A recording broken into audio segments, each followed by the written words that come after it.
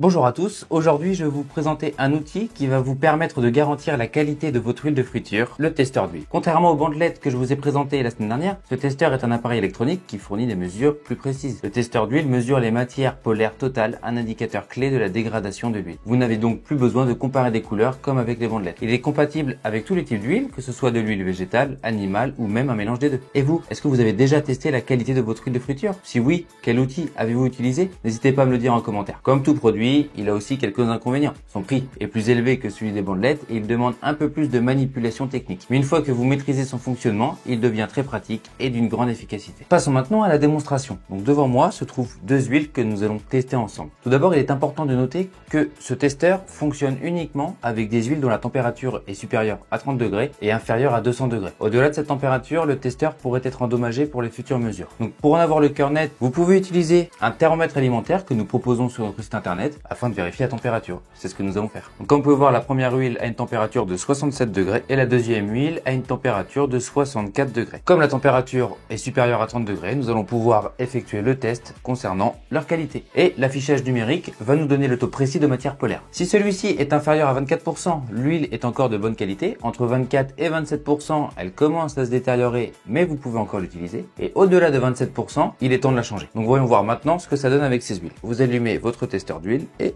tout simplement vous le plongez dans l'huile et vous patientez le temps qu'il indique le taux de matière polaire. Et ici il indique un taux de matière polaire de 10,2%, ce qui veut dire que la première huile est de très bonne qualité. Passons maintenant à la deuxième huile. Donc pareil, vous plongez le testeur d'huile à l'intérieur et vous regardez le taux de matière polaire. Et celui-ci affiche un taux de matière polaire de 16,5%, ce qui veut dire que cette deuxième huile est également de bonne qualité, même si elle est un peu plus dégradée que la première. Donc comme vous avez pu le constater, l'utilisation est vraiment simple. Dernier petit conseil, après l'utilisation de votre testeur d'huile, évitez tout produit abrasif pour nettoyer le capteur, car c'est la partie la plus délicate. Préférez de l'eau chaude pour bien enlever les résidus d'huile.